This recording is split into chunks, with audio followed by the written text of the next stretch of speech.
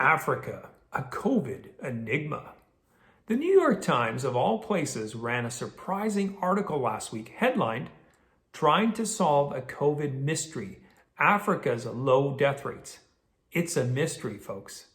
The subheadline reads, "The coronavirus was expected to devastate the continent, but higher income and better prepared countries appear to have fared far worse." All I can say is, paging experts.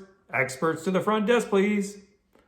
The Times reported population studies showed that about 2/3 of the population in most sub-Saharan countries already have COVID antibodies.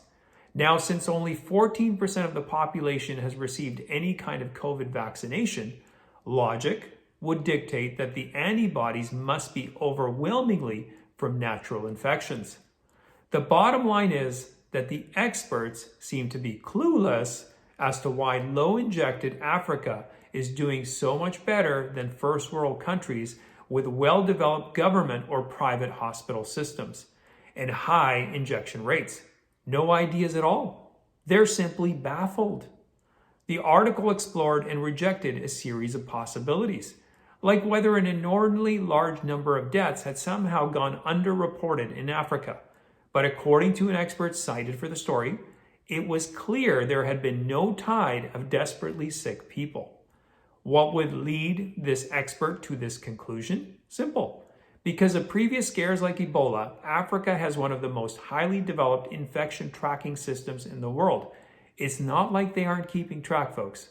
The story concludes that Africans should, get ready for it, still get the injections. Of course they should. The reason? Well, because at this point, it's not for those people. It's to try to prevent new variants, an expert explained.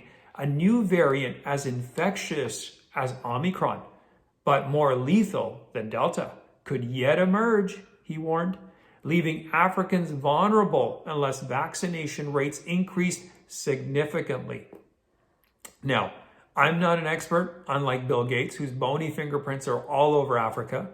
But given how well they've fared with the original strain of the virus, plus all the variants, shouldn't we be doing what they're doing rather than the other way around? Seems ass backwards to me.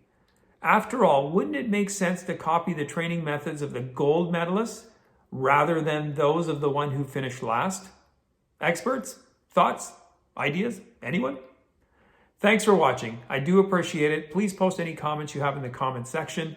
Of course, you can follow me on my Rumble account and my locals, and I will see you next time.